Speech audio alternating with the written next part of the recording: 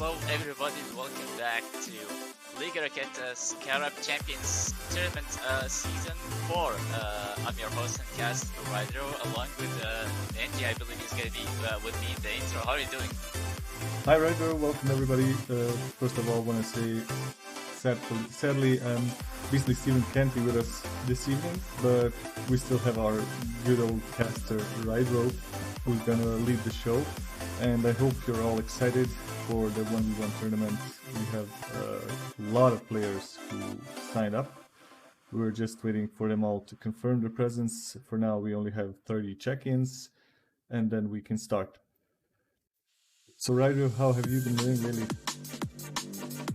And nothing really, just have been looking at the players, and I really want to see if we're gonna see some familiar names. And surprisingly, I found like at least 5 of the players I can recognize, and I have seen them in 1v1 action. But sadly, nothing much to recall from how they played, because like it has been like from months ago, and a lot of things could change. In a matter of like 2 or 3 months, a lot of people could rank up and just learn a lot of new things. So I don't think that's gonna be relevant a lot to talk about. But I have like a really interesting question. I think like for 1v1, like what does it take to win in 1v1 games? Like, do you think it's gonna be the mechanics or it's just gonna be the brains? Like for the mechanics, we'll have a perfect example. Swizz playing in the tournament. And you guys have seen him, like, he used to play for Ego Maniacs. I'm not sure if he still plays for the same team, but he's really good at hitting insane angles. He got really good accuracy on his shots, and he's really good at finishing touches, which is something that you definitely need in 1v1, because not every goal you're gonna see is gonna be like flashy or something like that. Sometimes you're just gonna hit those awkward angles that's gonna make the most out of them.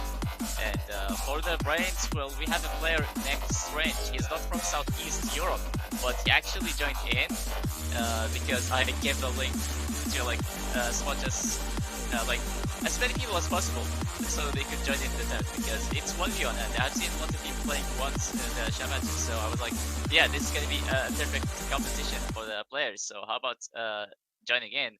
Only one of them joined, and it's Strange. I have only seen him once playing, but from the first time I've seen him playing, he actually delivered.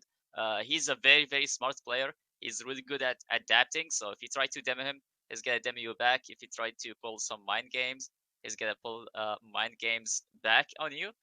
So we get like a very interesting skills here. Like, sure, both are needed, but which one to focus on more in 1v1 games? Like, is it going to be the mechanics, or is it going to be the brains and just having a good, flexible playstyle and adapt to your opponent's speed? So I would like to hear, what do you think, Nenji?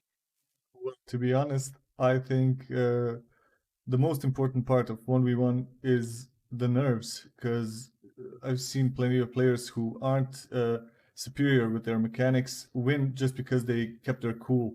I'm the first person I'll talk about when playing 1v1. I'll quit after the second goal because I lose my nerves really fast. I don't blame you. I don't blame you. I think a lot of people who played once feel the same. So you're not Yeah. alone in this. 1v1 is a very, very hard mode because you got nobody to rely on, just you and your thoughts. So if you can't control your thoughts and just stay focused, you're gonna have hard time going in, because especially with the format, like it's gonna be first of 5 and best of 3. Even the finals gonna be best of 3 and also first of 5. So you really need to be careful from the start. And also, like in this tournament, I've seen a lot of non 1v1 players joining in, and since it's gonna be first to 5. And speaking of adaptability, well, if you concede 5 goals, you gave it losing the game right away. And 1v1 games could be high scoring.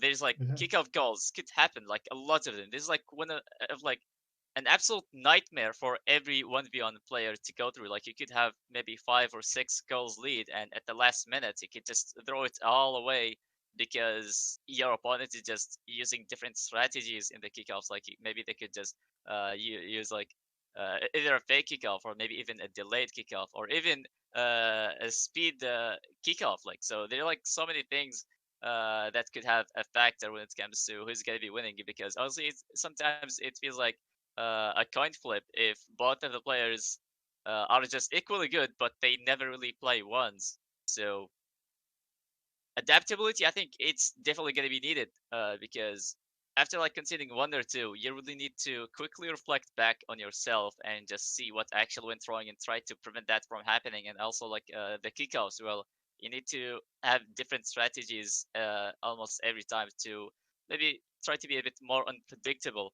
And but like yeah, for the main topic, a lot of non 1v1 players here, so uh, possible flukes could happen against higher ranked players because because of these kickoffs it could definitely happen because like you could have a high level player and that high level player doesn't really play a lot of ones and could be playing against somebody who's like maybe a bit more experienced in ones, even though is not really at the same rank. But that could be something that could mean something big, and it could make the difference about who's gonna win. So it's gonna be very interesting to see if we're gonna have like maybe good players just losing only because of the kickoffs, and also because it's gonna be first to five. So you really wonder how things gonna end up like because there are like so many factors, and again, it's possibly like a coin flip.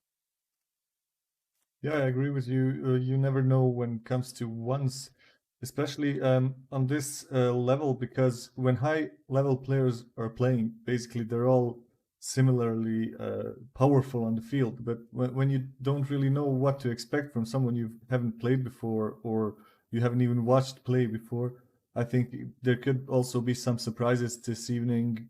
But in the end, I'm sure the best player will win. And yeah, the prize pool is attractive enough. So yeah, let's see if we have all the players there.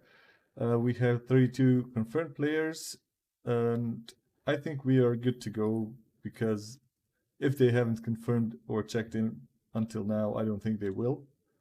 So why why not just try and start it, right?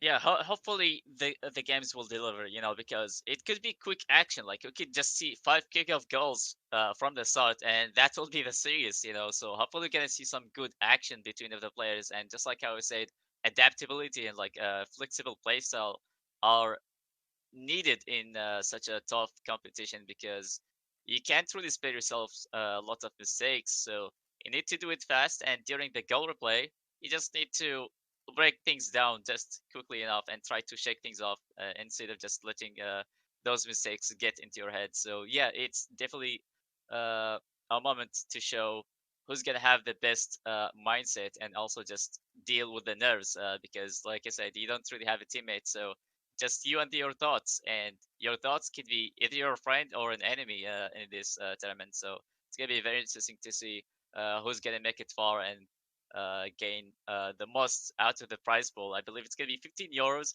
and not only that, but also in-game credits for the winners, and I believe top three players. So I really can't wait to get into this. Yeah, me too. Here I clicked on challenger mode to start the matches, so the players should be getting their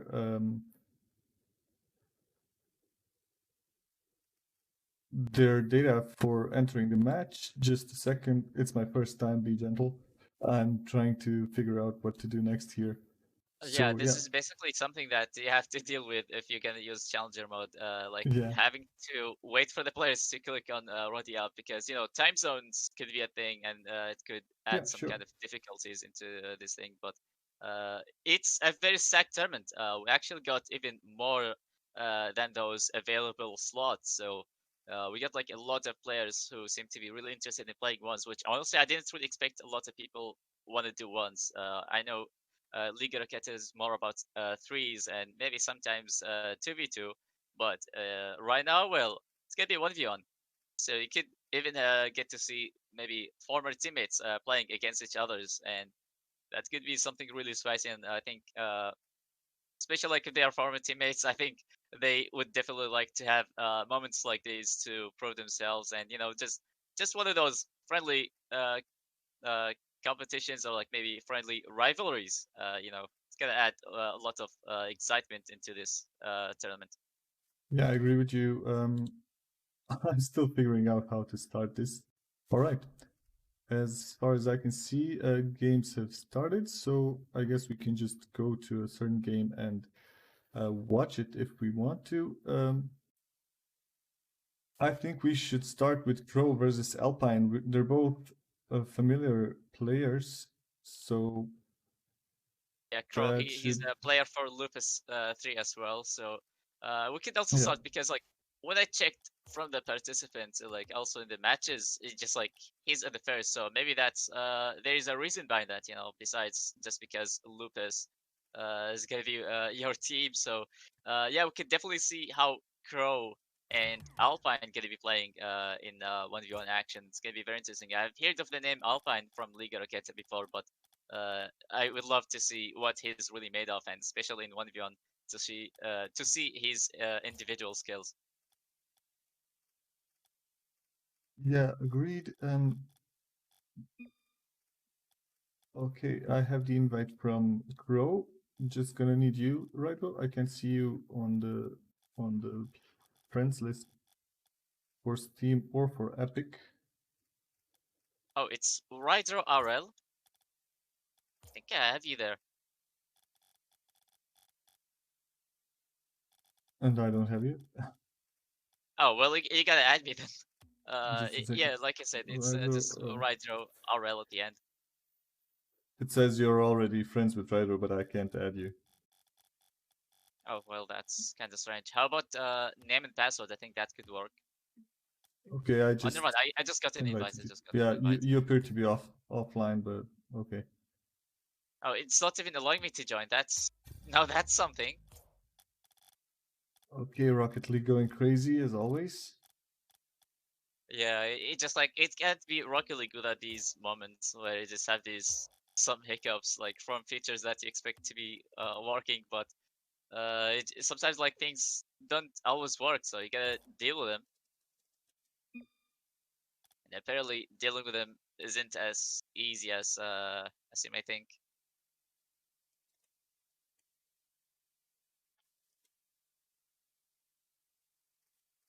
Okay, I hope the viewers aren't too mad at us, but for some reason, Rocket Yeah, League it's not won't allowing me allow to me join in to for some reason. invite you. And Maybe it's telling us Crow is something. creating the match, so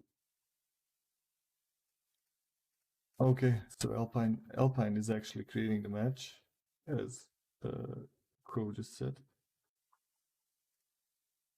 Okay, let's just see if we can spectate another match if they aren't ready.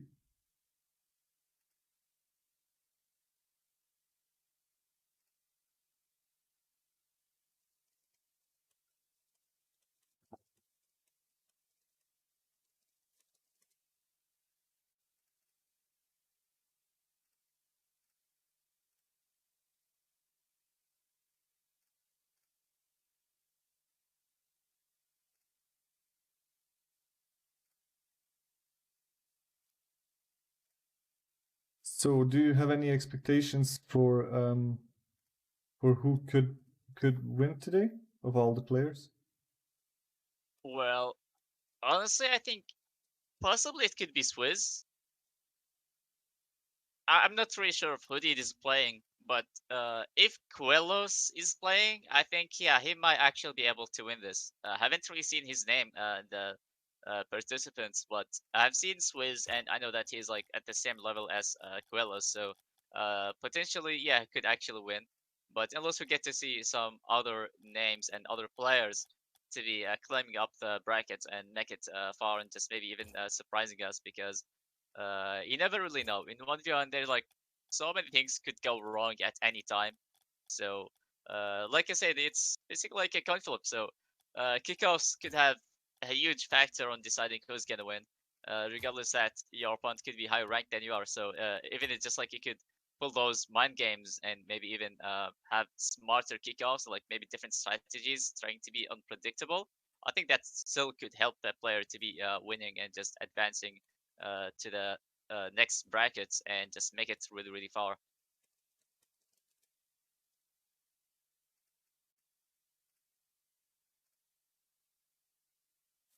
Swizz isn't playing as the chat says right now. Well, if Swiss is not playing, then it's gonna be very interesting to see who's gonna be the next Swizz, I guess.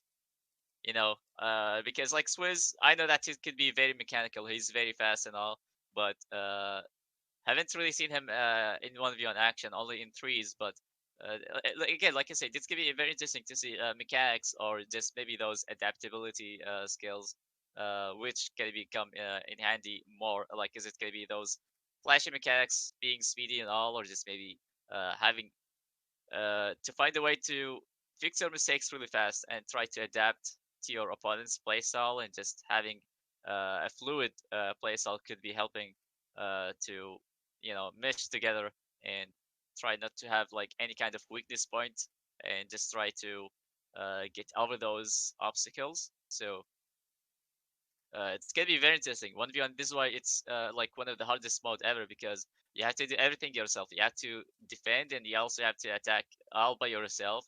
And this idea could be very overwhelming, because you always gonna have to have enough boost to do all of those work, and also like work on those counters and avoid the demos, and just also like mid-air bumps could also be such a problem in 1v1. Like if it's 3v3, well, you could have your teammate to rush a challenge on the person who is going for the dribble, and somebody could just stay on the net. But like in 1v1, it's like such an overpowered strategy. Like there's almost no way you could defend against those besides just try to be a bit more ball chasey, and Okay. prevent them from having having the ball and having the Yeah. space given to them. Ryder, I just sent you the details for the match on Steam, so please just join so we can start. All right.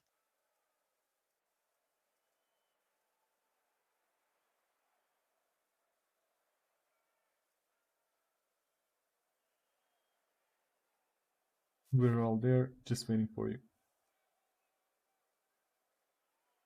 Yeah, right now it has to be Steam, I believe. Right now I believe it has to be Yeah. Steam, and we have to wait for it to work. Uh, did you just try with the data I sent you? And I'm joining, so All right. I really can't wait to see.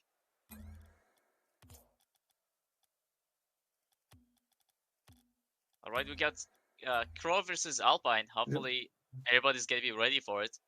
Remember, it's gonna be best of 3, first to 5. So whoever scores 5 goals first, they're gonna be winning the game. But apparently Alpine joined blue along with Crow And from the we're in. start. But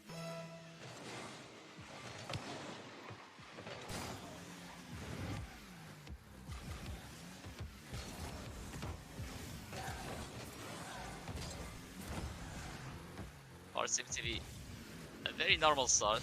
I haven't really seen any pushes besides Alpine. Maybe going for an edible. Can't really control for any further, but a really good placement to start this one off in just a matter of 16 seconds. You know, when he started, none of the players had any control in the ball, but Alpine, whenever he just did, he knew what to do, and he got himself an early goal.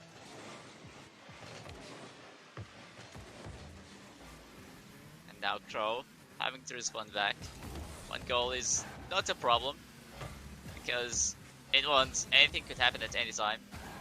Like how I said, flukes could happen, but Alpine with a very interesting speedy play, just blocking Crow and going for the ball no matter what, and also pushing him away, even though he was already ahead of him. Already starting off with an aggressive playstyle, 30 seconds in only, getting himself 2 goals.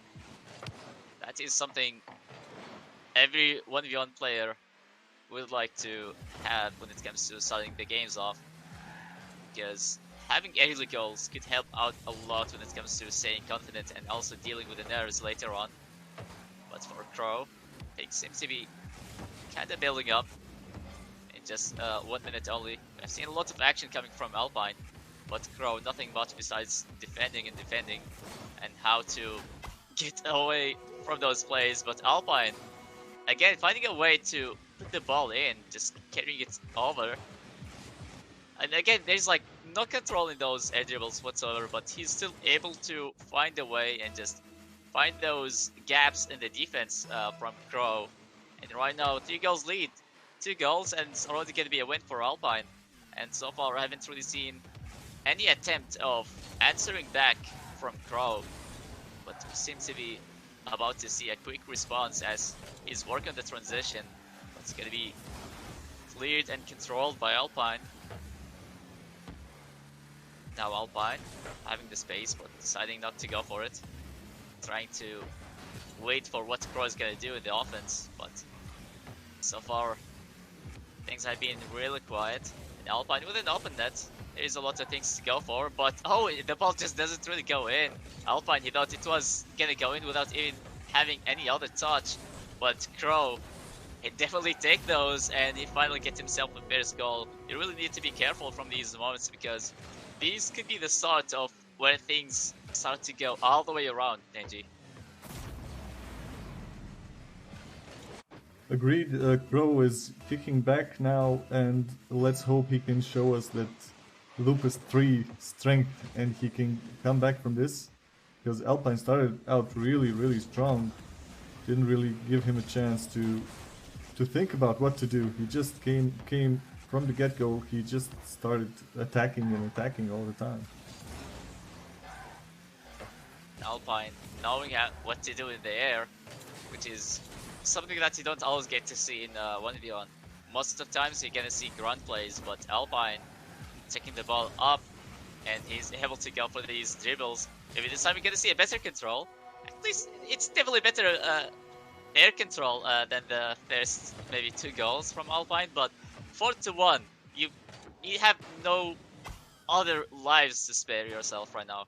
Just one mistake and you're gonna be losing the first game. So for Crow, and the only goal he got was from Alpine, missing an open net, and he got his counter. So for Crow, maybe he doesn't have to be as aggressive as possible, but more of focus in the defense and try to work in those transitions, because they seem to be working. You just need to find a way to have a grip and, you know, just try to avoid those air dribbles from Alpine and how to put a stop on them.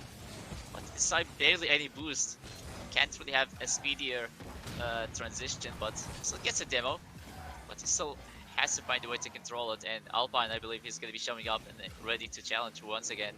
So 2 minutes left, and Crow still kind of getting suffocated from Alpine pressure. Now Crow, again waiting for that moment, but Alpine doesn't really seem to be stopping anytime soon.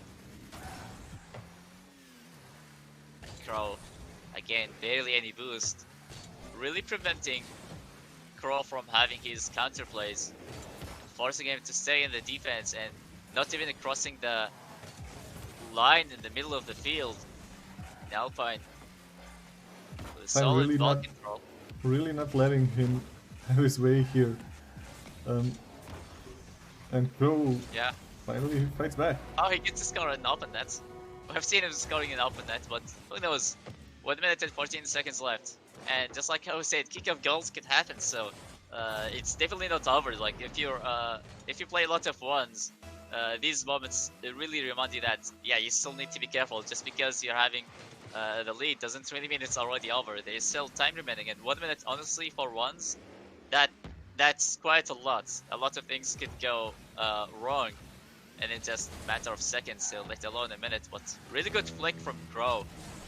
Couldn't really find the net though.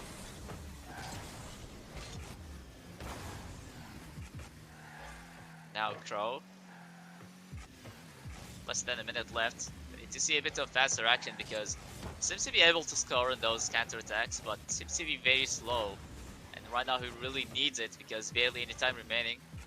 And nice Alpine save there. kinda slowing things down in the offense, but Alpine finally getting the finishing goal in the last 30 seconds, and it's already a game for Alpine. Really good pressure from the start, really denied every counter that Crow wanted to go for, and I believe it's a game, but there seem to be That's no a game, mediators. So but they obviously we need to didn't restart create it. it, right? Doesn't matter. So we have the winner of this match. It's Alpine, and I think it was obvious from the start. He really did a good job there, attacking non-stop. And do you have any additional comment here?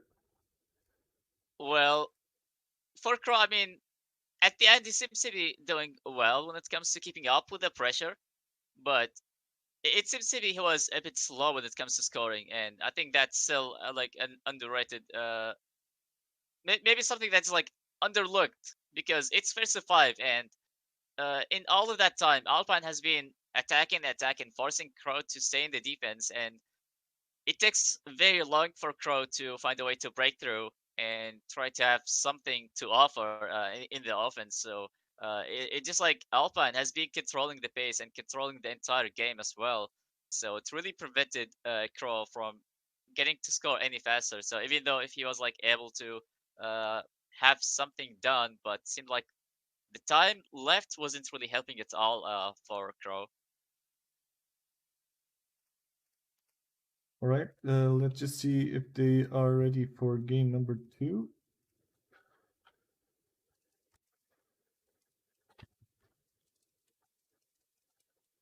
Yeah, right now this is what I've been talking about. It just those adaptability skills. So for Crow, he knows Alpine's playstyle right now. He goes for a lot of maybe aerial plays, and he's more of an aggressive player.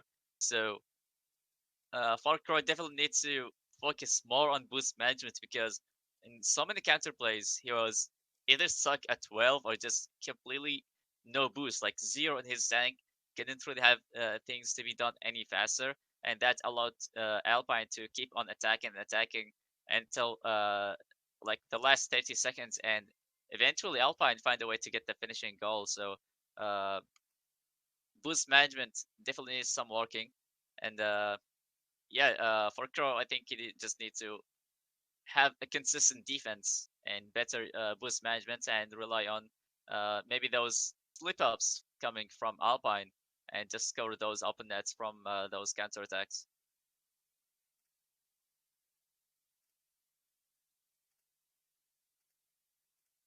Okay, I have the info that they created the game again, so it's maximum 4 goals. It's the same data as before, so you can just join and we can continue watching them play. Yeah, we're waiting for nobody. Everybody's joining in, so we're about to start game two. And for Crow, like I was said, he has to work on his boost management and try to focus more on the defense. Otherwise, he's gonna have it as difficult as it was in the first game because Alpine seems to be completely relentless, always attacking and barely even allowing him to play the game. Besides having to clear it, but Alpine starting this one off very early, has been doing those from the start, and kind of a similar time as well. I believe the first game was 16 seconds only, but right now it's gonna be 15 seconds. Really good placement. Just give it away from Crow's reach, and already 1-0 for Alpine. Alpine really showing up here, not letting Crow do anything basically that would hurt him.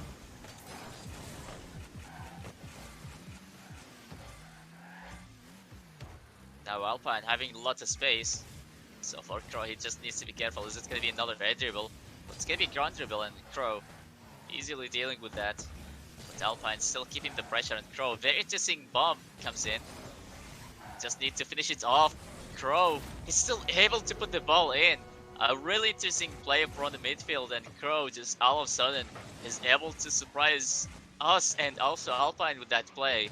And he's able to tap the game and just respond back so quickly. So this is a very interesting play from Crow, and this is exactly what I've been talking about. It's just those adaptability and finding ways to deal with your opponent's playstyle.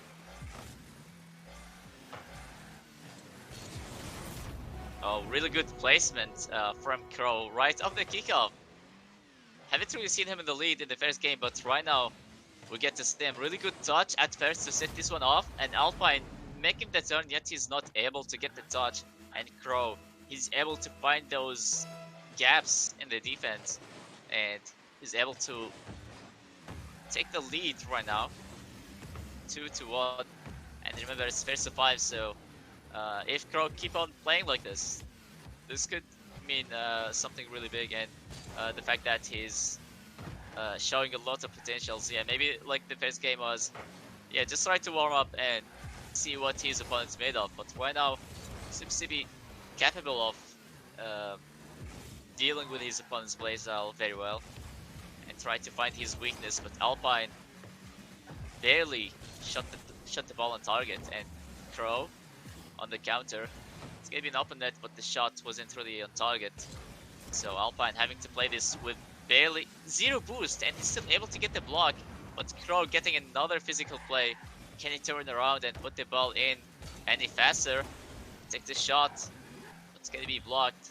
But so far, it seems like the pressure has been reversed, and right now it has to be on Alpine. Now he's having to deal with the pressure coming from Crow. Lots of bumps and physical plays. But Alpine getting the ball across the midfield. And Crow overcommitted to the challenge. And we get to see another tie game. And this time it's going to be Alpine responding back. And they really need to be careful with trying to be as aggressive as possible. Because sometimes you're just going to end up going for challenges that are not going to be useful for you.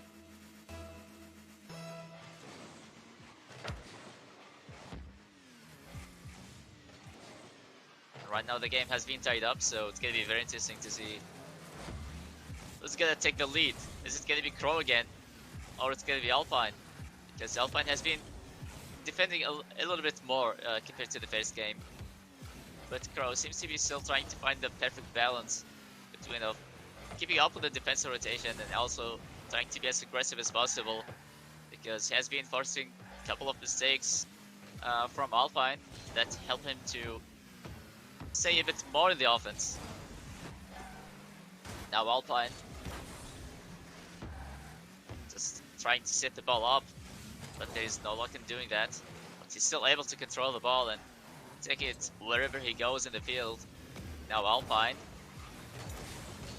almost got the ground pinch, and Crow, like again another counter, but we have seen lots of those counter plays from Crow, but it seems like they seem to be really difficult to control and also set them up properly, because they have been just going from the side, and it's really difficult to maintain the speed of the counter and try to have a clean setup that you can work with. And this is something that I've mentioned earlier, is like being able to get the finishing touches from awkward angles. It's definitely a good skill to have in ones, because sometimes you you won't have a lot of time to slow things down just to guarantee that you can have a shot on target, because your opponent's gonna be racing and trying to keep up with the defensive rotation. And Crow just putting this one right below Alpine. 1 minute left, but Crow goes on the lead, and really good accuracy on the shot, and just seeing that Alpine coming off the wall and just surprising him with a ground shot. Alpine thought it was gonna be high, but this time it's gonna be completely different, and sometimes those grind shots could be impossible to stop, especially with the speed and placement like that. 1 minute left. You really wonder if that's gonna be enough for Crow. And another demo.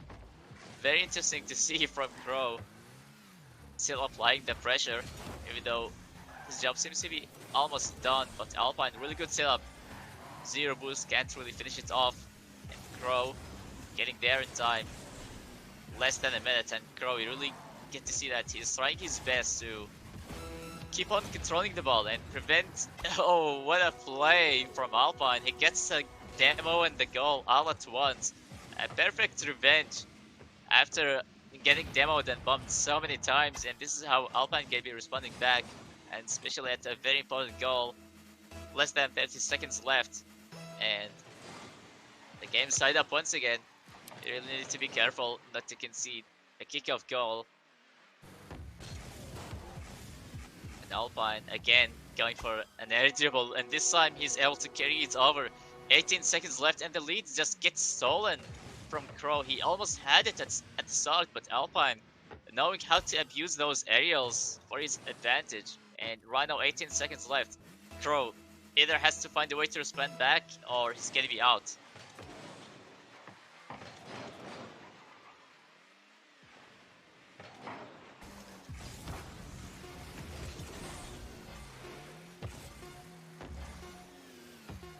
final countdown begins.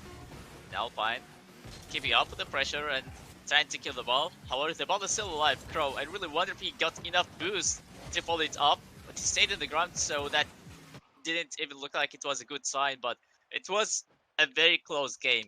Crow definitely found a way to adapt to his opponent's playstyle, but even though that didn't seem to be enough, Alpine, he was still able to find a way to respond back at Crow, because it seems like the momentum went for Crow, and then like Alpine, after like getting demoed and bumped so many times, whenever he got the space, he just went for those air dribbles, and they just work, and they just work. That's how you put it there for Alpine. Uh, he's able to find the weakness of Crow, and he just kept on using that over and over again. And also like those maybe fakes. Sometimes like he just lets go of the air dribble to maybe try to be a bit unpredictable when it comes to going for these air dribbles, but really good plays from Crow, even though he didn't really win it, but he definitely did a lot better than the first game. And this is like a skill that you really want to see from the players, because it's gonna be 1v1, and the next game you definitely have to adapt and find your own ways to overcome your opponent's strength. But GG's and well played, as Alpine gonna be moving to the next round.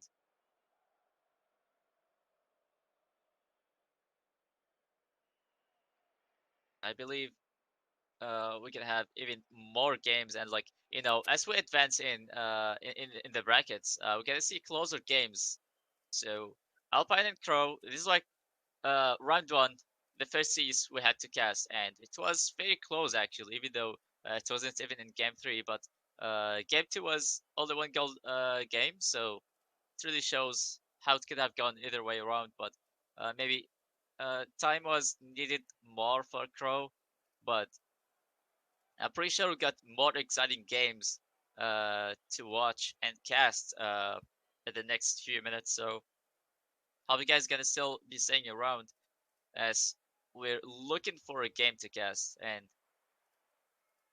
any idea who's that gonna be, Ninja? Because we have like so many options, and Yeah, as far as I can see, some games are already over, and we can look at some others that are taking place right now.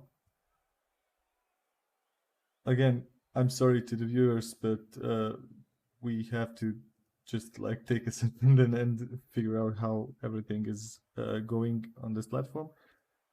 I think the next match we're gonna watch is gonna be Anthony versus Violent G. Again, unknown players oh, for us. They sent me the data for uh, the lobby, so I'm gonna send it to you again. it's gonna be very interesting. I mean, Valentine, I've seen him playing in a lot of ones, but Anthony, haven't really seen him playing once. But I have always wanted to, and I think this is like the moment for it. So. Um, I would like to see how Anthony can be playing in ones. Valenty, have seen him playing. He could be mechanical sometimes, not crazy mechanics, but still decent mechanics, and that's gonna be helpful for 1v1. So yeah, I would like to, do you have like any expectations for this series? To be honest, not no, I can't really say I have any expectations right now. I'm really invested in clicking stuff on the site because Yeah, there are well, many messages being sent around, and I have to take care of all of that. But right now, all the matches seem to be going as they should.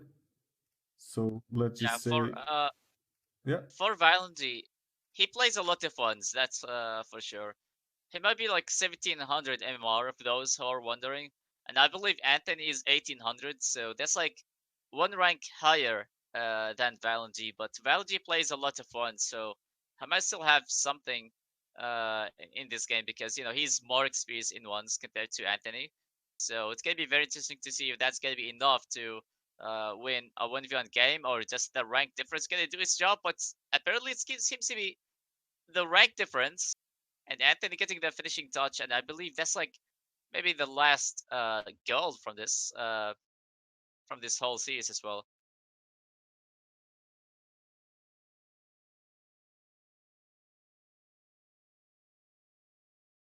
And I believe it's the last game of the series, and Anthony won because Valentine apparently he left the lobby. So I believe that's it for the series. Anthony against Valjeet was 5-2. I would have loved to see more of how things had been turning out like earlier because I was really curious. Is it going to be like the 1v1 experience or just because you're going to be higher ranked than somebody else, you're still going to win the 1v1 game regardless. So apparently I think Anthony, he already made the statement. The rank difference made uh, made the difference who's gonna win. And Anthony, he gets a win against Val G. So GG's and well played, I guess. So we were just a bit too late for that match. I'm just trying to figure out how everything works and to just approve all the scores that are being reported right now so people can just go on and play. So just give me a second. So I guess that's okay.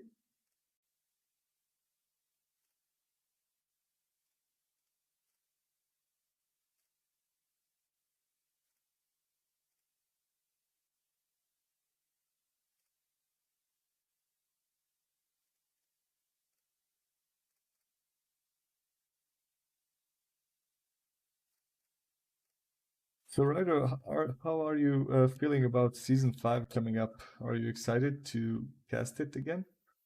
Well, I'm gonna be honest. When I have seen the Rocket League free to play announcement and seeing season 5 announcement, I've been more excited about season 5 than Rocket League going free to play.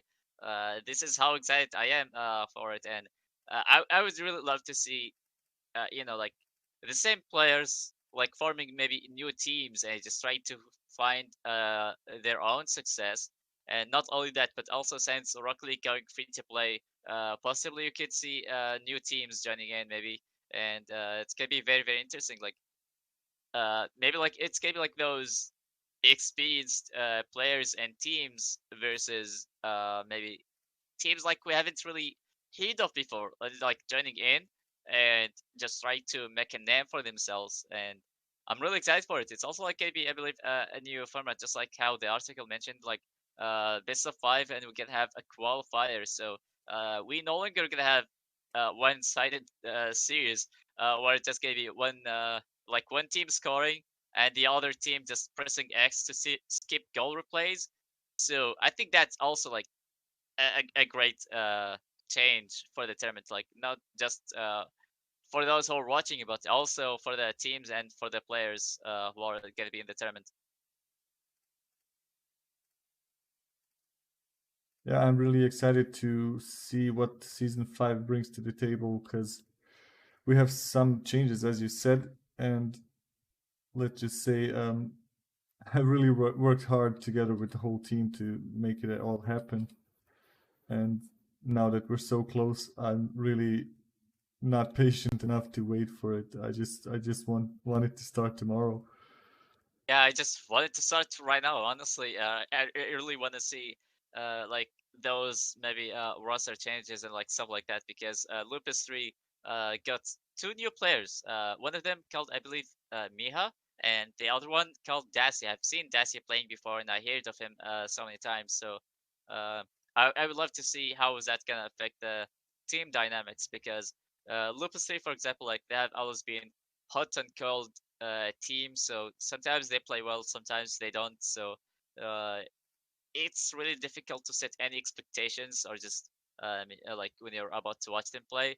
But right now we're having like two new players added in the roster and having things to be changing. So it's gonna be very interesting and especially for the teams who are like maybe start to wake up in like the last season, like before the playoffs, some of the teams like just woke up and started to play very well, but they couldn't really make it to the playoffs. But right now, I think like in season 5, it's gonna answer a lot of questions, and I really can't wait to see it because it's gonna have more stories and like more discussions, more action, and closer games, of course, because we're gonna have a qualifier for it. So it's gonna be extremely exciting, and also like those visuals, like they look just so exciting, and just I really can't wait for it.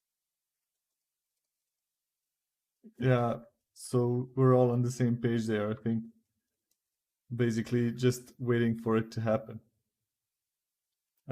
Season 5 should really give us some great matches to enjoy. And I can't believe we're almost there after such a long season 4, and it was really exhausting. It's not a secret. We're finally so close to getting there. Yeah, it was definitely a long season, but like the teams like who suffered, like they had to suffer for so long, like for the teams who couldn't really establish themselves very early on, like Hmm. they had to stay in the bottom, like no matter what, even after like the transfer week, like they still stayed in the bottom. Like if anything else, they just moved in one or two placements, and that's all about it. So I believe with the qualifier, it's gonna make things a lot closer, and it's also gonna guarantee that we can have only the teams who are like gonna be worthy of staying in the playoffs, and we're not gonna have to watch any one-sided games anymore. Just like I was saying, like one team just keeps on scoring and scoring, and we'll get to see Brazil, so like maybe even maybe 10 goals or something like that. But yeah, that's really good to see how like we can have like maybe two divisions, I believe, like Torpedo and the main league. So there's like a lot of stories could happen for two divisions. Like maybe some teams will rise, some teams uh, won't do so. So it's gonna be very exciting to see who's gonna make it with even a better competition with like having those qualifiers in two divisions. Like even if a team didn't really make it to the main league, they will still have at least a reason to keep on grinding and um, try to get in the main league. Like even if they didn't really have good results from the start, at least they still have the motivation to try to do their best. And season 5 will be it for sure. Yeah, we have great expectations from season 5. As you said, uh, this was gonna be the biggest and greatest season that we've had so far, and I think everything that we expect is going to happen there. So I'm just checking in on these matches, trying to find a match to spectate so our viewers can enjoy some gameplay. So give me just a second.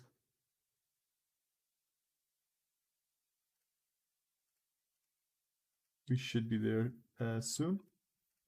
Also, I wanted to mention the show matches that we're planning to do together. I think that's something that people also can look forward to. The show matches that we talked about, Rydro and Liga Raketa doing together. Yeah, like 2v2 and 3v3 share matches mainly because I think they're gonna be more exciting because more players and teams playing against another team, like maybe former teammates playing against each others, and also it's gonna add a lot of excitement to it. So it's gonna be better than 1v1 share matches for sure, and I really can't wait for it because I think this could have a lot of potentials, and also like for Liga Raketa because it's gonna help to grow the scene even more for Southeast Europe. So it's gonna be even more content as well besides those main tournaments and all. So yeah, I really can't wait for it and just keep on working together. Like ever since I found out about this org and just started to cast like more and more, and start to see those familiar names and just start to know the players and all. It's a great thing. Like it was like a long season for sure, but I think it brought something good. Is like, try to see the players play style a bit more and just have this kind of story maybe. So definitely exciting, and I really can't wait to work like more of these gem matches and have maybe bigger teams playing, and like only gonna be high level players, of course, like maybe 1900, 1800, like maybe even 2K MMR for those who are wondering. I believe that's like Supersonic Legend, the newly added ranks in Rocket League. So it's definitely gonna be exciting when it's gonna be 2v2 or like 3v3 action. It's gonna be really fast, and it's gonna encourage like a lot of passing plays, and a lot of creativity could be coming in, and also content besides those tournaments and as we wait during the off season. So I really can't wait for it, and really hoping to make this thing a weekly show matches for like like in my streams, and also for Liga Raketa, and also to have some casters casting like in their native language, because like I said, it's gonna be very useful to help to keep the scene in Southeast Europe growing a bit more. Agreed. I just have the information. We're gonna watch Sleeps and Harrigan uh, play against each other now. So that's gonna be a good match, I think, because they're both really good 1v1 players and also good team players. So I think that's the right choice to watch right now. What do you think? To be obvious, does Sleeps have chances to win against Harrigan? Well, last time I've seen Harrigan playing, it was like from months ago. I saw that he's a bit mechanical, but he just really failed to put things together and how to use his mechanics in 1v1, because I haven't really seen him playing in ones that much. And it was like from a while ago. Maybe he started to play a lot of more ones recently. I know about that, but speaking of last time, well, maybe just because he didn't really play a lot of ones, he just couldn't really find a way to make some use of his mechanics, and most of the times he just ended up being out of position and going for a lot of risky plays and not really making anything out of them. But for Sleeps, I think he's a very smart player. He's really good when it comes to controlling the boost and having a good sense of the game, knowing when to challenge and all. It's gonna be a very interesting series for sure. And right now we're about to kick off Sleeps and Harrigan. It's time to see that if Sleeps can be representing the brains, and Harrigan can be representing the mechanics. And you know it's gonna be mechanical when you get to see a Fennec player. Oh, Sleeps just trying to start really early with a bit of an aggression. But Harrigan dodging that, and Sleeps still able to get the block. And Harrigan kind of driving backwards. Kinda not sure he should challenge that or not, because Sleeps can't really do that much, and Sleeps taking the boost, and that was really needed for Harrigan, but apparently it wasn't as needed to score, and Harrigan is right. Alright, well, he can go and take the boost. I'm gonna take the goal.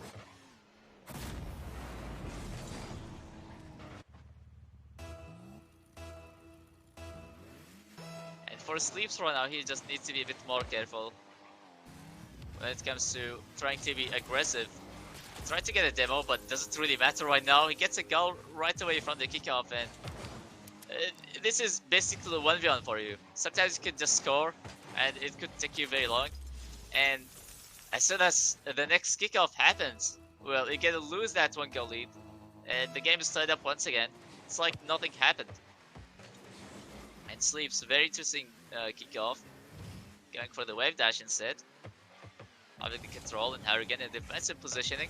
Sleeps, flicking this one a bit too high, and Sleeps couldn't really get the follow-up. And now Harrigan taking over. And Sleeps with the block. Harrigan keeping this one away for now. And Sleeps again trying to take every boost in the way. Going for an edgeable, trying to squeeze the ball in, but Harrigan keeps the ball out of danger for now. Sleeps is aware he is the underdog here, and I think he's doing pretty good for now, because I think most of us are expecting Harrigan to win this, but don't forget Sleeps is a smart player and he has his flicks, so yeah. Yeah, he's definitely a smart player. Like from the start, he has been going for more of those plays which are related to trying to be unpredictable and just trying to surprise his opponent instead of just always having to do something with the ball. Like from the start, we have seen him going for those physical plays and trying to get a demo, and also trying to steal the boost as well on his way when it comes to having the ball just being controlled, and seems to be a very interesting thing to have against Harrigan, but the goal he conceded when he just went for the boost over ball for the sake of trying to boost starve his opponent, it's kinda unsafe to say that. Sleep's gonna be having it a lot smarter here, but Harrigan spotting back and Sleeps didn't even go for anything else. He just stood there not doing anything.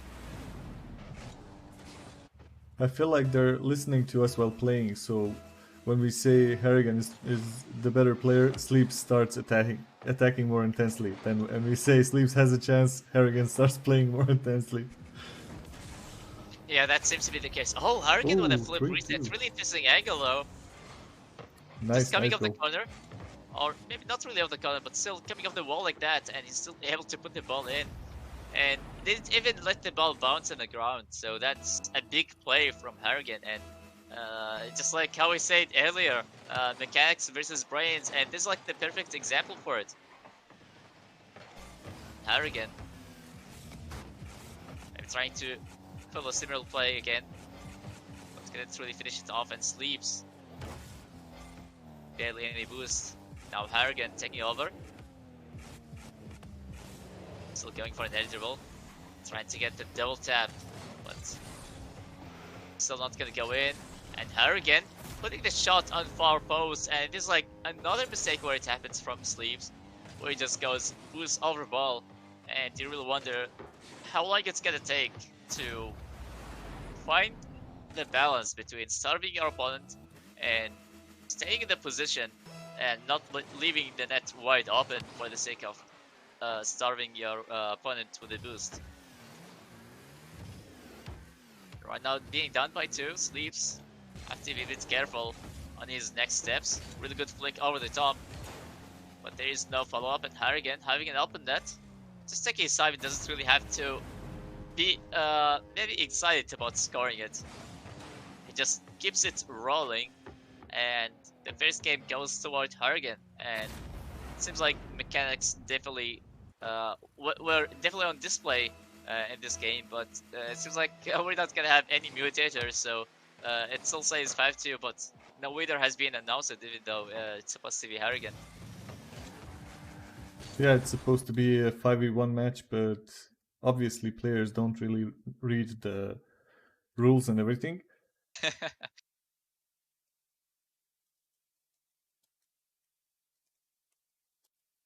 Let's just see. If I'm not wrong, this was their first match. Yeah, it is definitely their first match, but it seems like they're having their own game right now. This is like not even related to the tournament. They're just maybe trying to have a free play, just trying to warm up for the next game until the timer hits zero, I believe. But even though it seems like Harrigan still wants to score, even though the first game already a game for his, but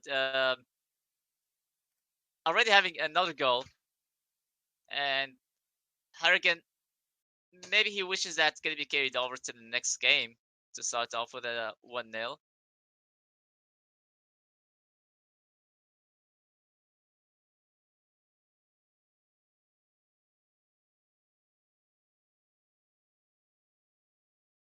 Okay,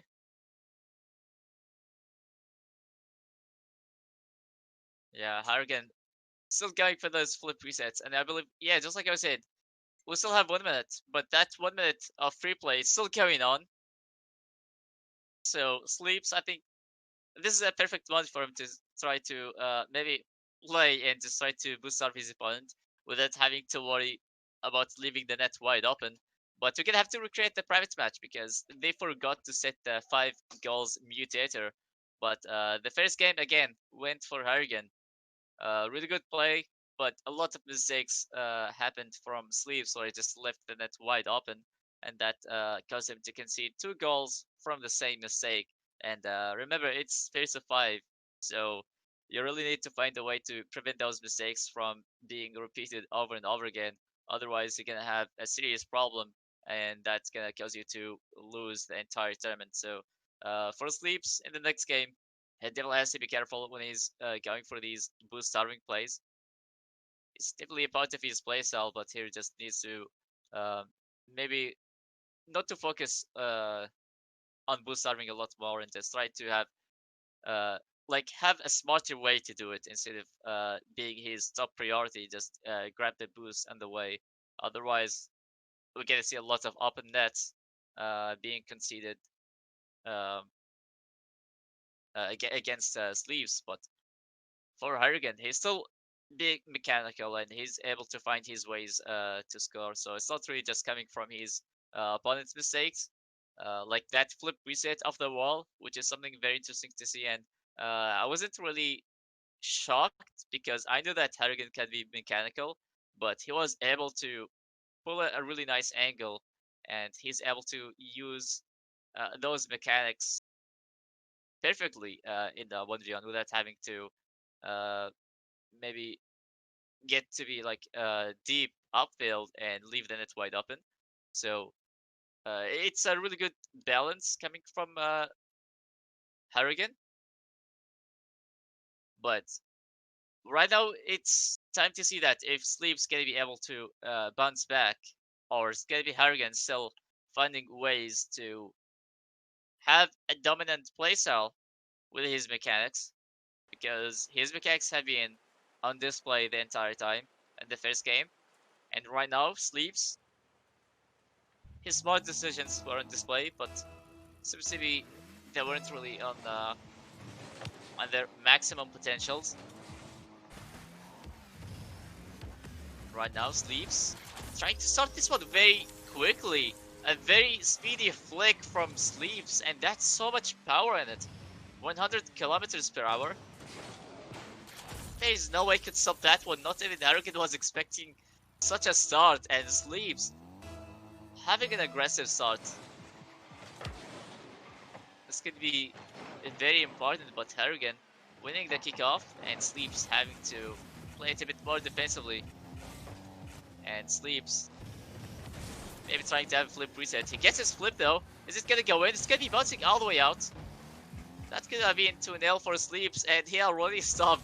It just really sums up this whole situation for Sleeps. And this is exactly 1v1 for you. Like, sometimes you get these goals, and if you're gonna be missing it, or the ball can be bouncing off the post or something like that, it's always gonna be a goal scored against you. And Sleeps definitely wasn't really happy about that, and the game gets side up that way. So after such a great start for Sleeps, it was like the game just bites him back really hard. And right now, the game is tied up. Definitely not over yet, but he needed something to start with. But Harrigan is able to put the ball a little bit out of reach for Sleeps. Maybe he was expecting a high shot or something, but as soon as he turned around, well, the ball was already rolling toward the net and couldn't really react to that in time. And Harrigan having the lead right now, and Sleeps again. The nerves need to be controlled and try to stay focused no matter how many mistakes you're gonna make. Just these smallest mistakes could build up and try to affect the whole mindset and causes things to go out of control. And this is a perfect example why nobody likes to play 1v1. But Sleeps, really good challenge, stealing the ball, going for a breezy flick. It's gonna be blocked by Harrigan. Seems like it just needed really good placement. The execution was there, but Harrigan, even though he's demolished, the ball still goes in, and 3-1 already for Harrigan. Flicks it over, and even though Slips got the demo, there is like nothing to stop that. And after that one goal we have seen, it seems like things have been slowing down for Sleeves. Maybe just give some false hope. But Sleeves still trying to be as aggressive as possible, and he makes it 1 goal difference right now. Plenty of time remaining. It is very possible for Sleeves to bounce back, but in just those moments, seems to be really getting into his head so quickly, and that is something you really want to avoid if you wanna win 1v1 games.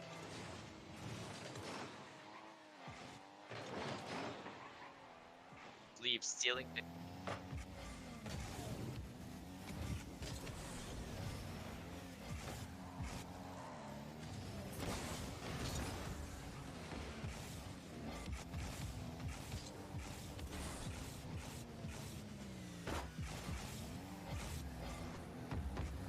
Yeah, being able to use your chances correctly and trying to make the most out of them, even though if they're not going to be goals, at least forcing your opponent to make a play in the defense and use a lot of boost could mean something, and eventually it's going to create an opening for you. But Hurricane, as we are speaking, it seems like Sleeps maybe tried to fake him in the midfield, but Hurricane not really falling for it, and right now just 1 goal away for Sleeps to be swept, even though he's having his smart plays, but it seems like nothing really going in his favor. Harrigan crushing him at the moment.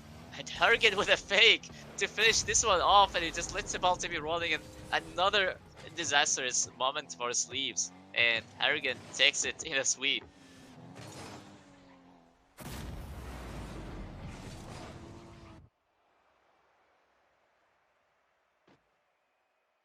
And I mean, GG's, Harrigan definitely had his plays, and same thing for Sleeves, but I really liked his smart plays. It's kind of disappointing to see it going in that way for Sleeves, but I really have no idea what to say. But just like Harrigan, he was like able to make the most after those offensive plays. Even though Sleeps had his plays and had his moments, but Harrigan he just had more shots and maybe even better shots that have been resulting in goals compared to Sleeps. And I also like the start that flip reset he got. I think it is like the moment where everything just started to fall apart for Sleeps, and it was like almost giving him the hope to bounce back, but he got teased, and the game just didn't really seem to be in his favor in game two. But still, GG's Harrigan. He still did very well.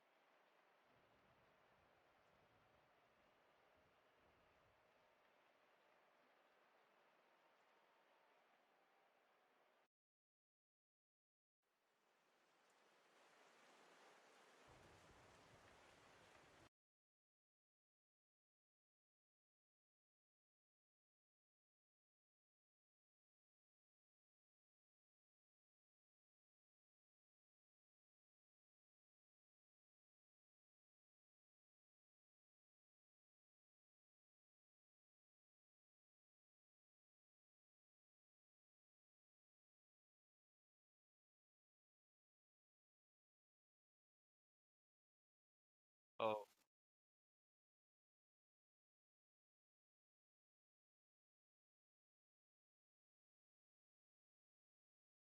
oh, that's lame. That's lame. A lame thing to do, honestly. But um, Hurricane getting another win. I think he'd definitely take those after like getting a really good win. He's like being rewarded for it, I believe. But we have like Pearl. Pearl is making it really far. And if you look at the upper brackets, there are like a couple of players who are we haven't really seen it before. But Alpine, even though he looked really good, he didn't really make it that far. In the next series he played in, he lost against Bacter, I believe. I think that's his name.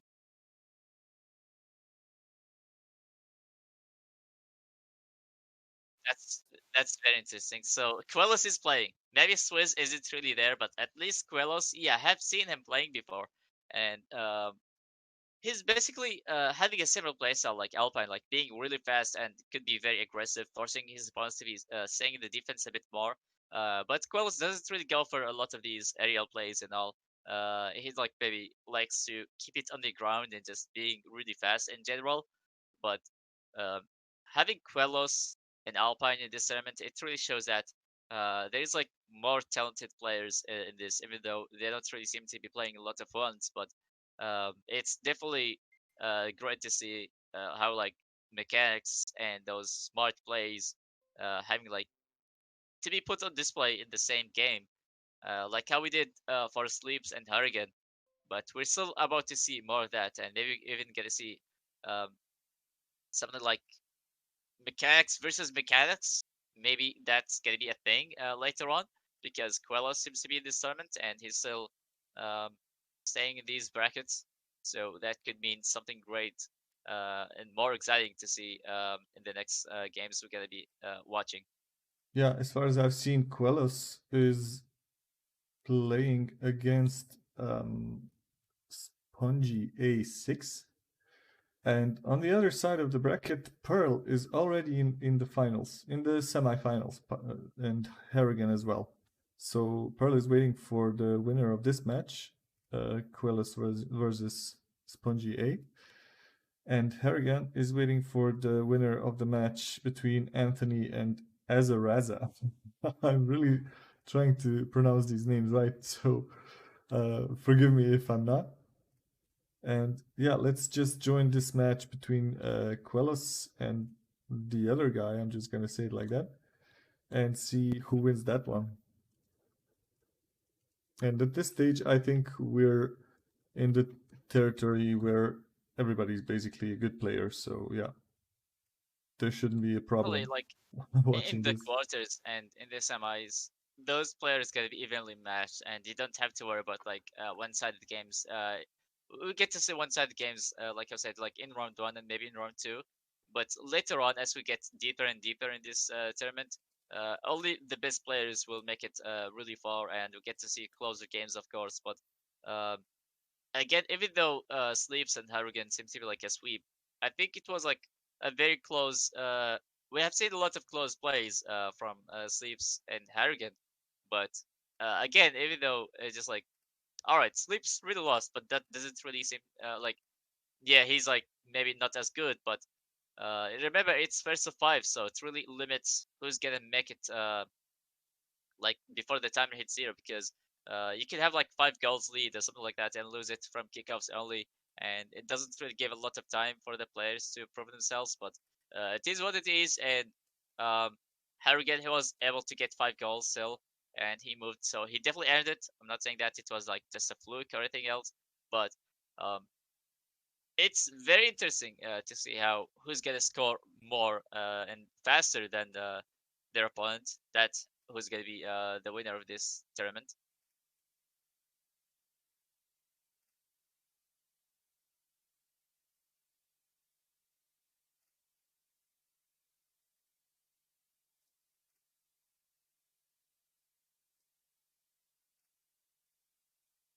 So we have another dispute here. The guy playing against Quellos cheated as well.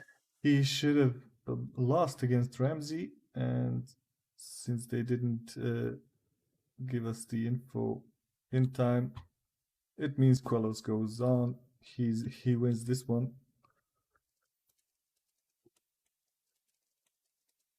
and let's just see what we can expect from the next matches.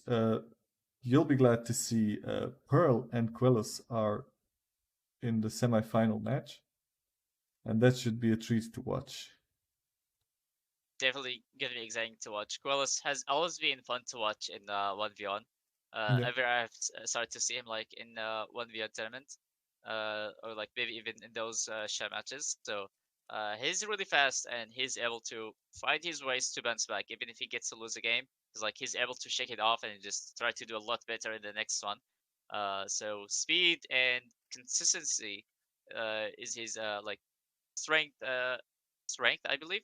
So it's definitely great to have like in 1v1 because it's all about consistency. So if you're able to pull those good plays all the time for 5 minutes straight every single time you're gonna be playing, you're definitely gonna have an advantage against your opponent if they can be lacking. It seems to be able to deal with the nerves and maybe more experience with ones. But Pearl, I haven't really seen him playing in ones before. But I would really love to see how this one gonna fall because felt like he made it this far, so he definitely made it because he deserved it. So again, like we need to see this action, and we need to see how things gonna be ending up like.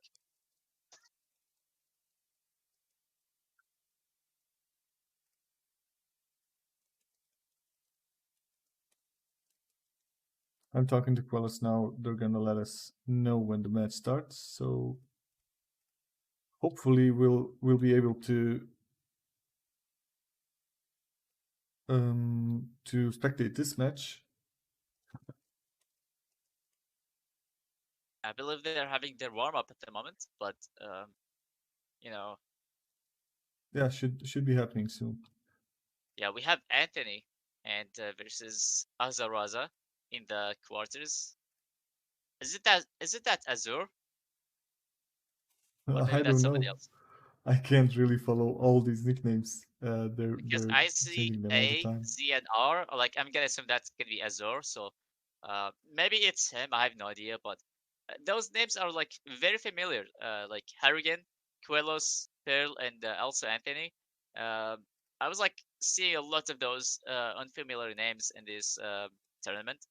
But it seems like those who actually made it are like the ones who are experienced with playing more at Liga Raketa, for example. So it's gonna be very interesting to see who's gonna be winning it because Anthony, well, he didn't really make it to the semis, so we gotta have Harrogate versus Azaraza in the semis, and also Quellos versus Pearl. So again, I believe all of these players have been playing here before, and it's definitely not their first tournament here at Liga Roqueta. So it's all about being experienced in this, and it's definitely showing that experience is highly needed and just over the mechanics and also those maybe brains and mind games.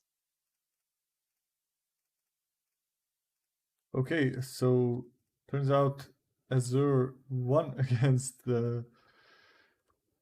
against Anthony, and he's in the semifinal against Harrigan. But we're gonna watch Quellos and Pearl play the next match. So let's just try and join that.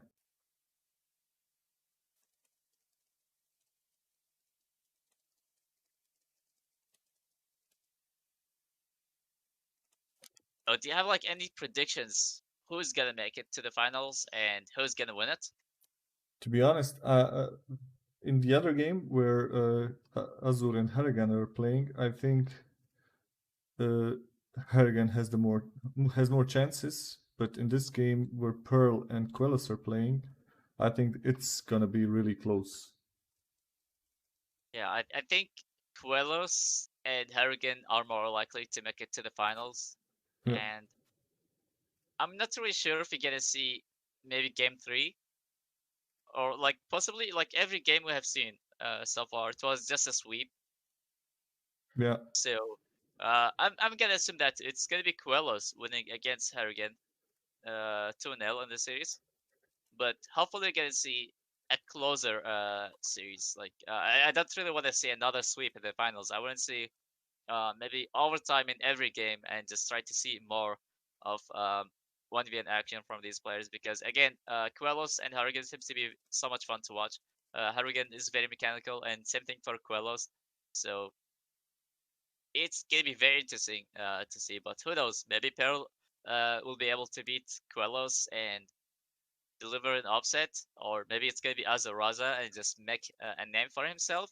Because maybe I'd be like adopting him and just maybe even not mentioning his name when it comes to having these predictions. But overall, I think it's gonna be very interesting who's gonna make it because right now there are not many players out there.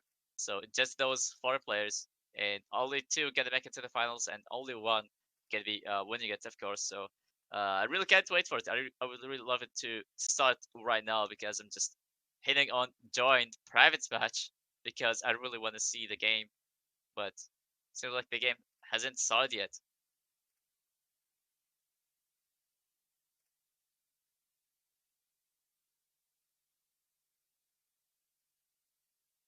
Uh, I'm just waiting for the players to create it. For some reason, it's not starting yet. So Yeah, and hopefully they won't forget about the 5 goals mutator because every single time we just get to see somebody forgetting about that, and we get to see like different colors in each side, which is like for Harrigan and Sleeves, it was kind of confusing. Like black and white, it kind of looks similar. I believe like in an update they made black look less dark, and it's kind of confusing. Like you get to see, all right, well, why Hurricane is just trying to on-goal, and then like you remember, oh, okay, well, maybe it's like the darker side, so that means it's trying to score against sleep. So it was a bit confusing. I'm not gonna lie, but I managed to get over it, and I don't think, yeah, I don't think I had a lot of problems with that. But no 5 goals mutator, and right now, hopefully, Quellos and Pearl will set this one up and not forget about the 5 goals. Alright, so do you have any predictions about the 5 goals mutator thing? Do you think they're gonna remember to have it on, or they're gonna forget about it? Because the game is already made, and I'm joining right now. Haven't really Yeah, seen the mutators yet.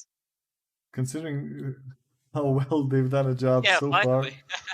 I don't think we're gonna have a 5 goal mutator. Okay, they set up the mutators. Can't Yeah, wait. we actually have it, so that's a good sign. That's a good sign. That's great. Okay, let's just wait for Quellos to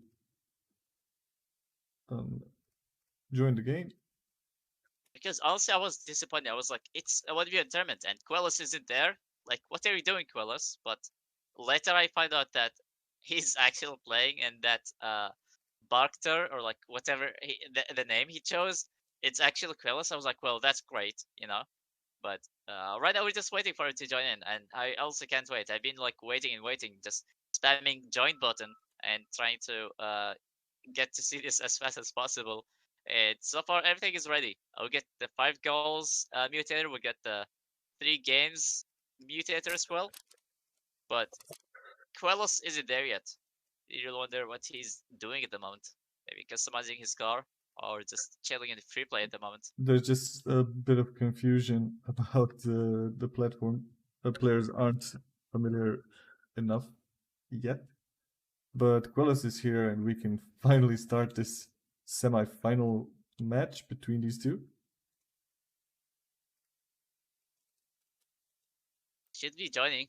But Yeah, yeah, Quellos versus Peril in the semis. And remember, it's always going to be first to 5 goals and best of 3. And we're about to reach the conclusion. And Quellos flexing his red title, Season 1 Champion Tournament winner. And Peril, I think he might be intimidated just a little by it. But we're about to see if Quellos gonna win it or it's gonna be Peril, because Quellos is more experienced in ones. But I would love to see different players setting those expectations differently. But Quellos starting maybe with a mind game, but Peril with a decent block to keep the game scoreless for now. But Quellos still attacking. And Peril just taking his time on the counter. And we're seeing a lot of driven plays so far, but we're not seeing solid flicks or attacks yet. Quellos having an open net, it was just kinda maybe too fast to be controlled, but he's still able to find a way. And finally get to see a goal in this series. So I've seen those attempts from both sides, but Quellos, from his second defensive play he definitely made something work, and they'll have to respond back. And a lot of dribbling plays have been going on, and this is exactly what I've been talking about. Quellos likes to keep it underground, and the same thing happened from Pearl when he was trying to attack against Quellos' area. Right now, another dribbling play, but Quellos still able to control the ball, even though he got challenged. And Pearl waiting off the wall, and Quellos barely any effort put into that. He just waited for the mistake to happen. Quellos really going strong from the start. He doesn't give anything up to chance. He just wants to show his dominance. Yeah, and a really good read as well, seeing that a mistake can happen. And being off the wall like that, there's like a high chance of you to pass it to your opponent by mistake. And Coelho's, he knew it was coming and didn't even have to push. And right now it's gonna be an open net. And I really like how he just uh, flipped his camera just around, just to take a look at where his opponent gonna be at. Like, is he gonna have enough time to take his time on the shot, or he just needs to do it really fast? And he got the awareness for sure. 3-0 right now. Al came down after that one goal, and right now he seems to be not stopping anytime soon. And you know, sometimes it just takes so long to find one goal only, and after scoring it, you just don't stop scoring. And I think this is exactly what's happening right now. After that mistake. I just have to say it. For anyone who doesn't know, Pearl is also a really good player.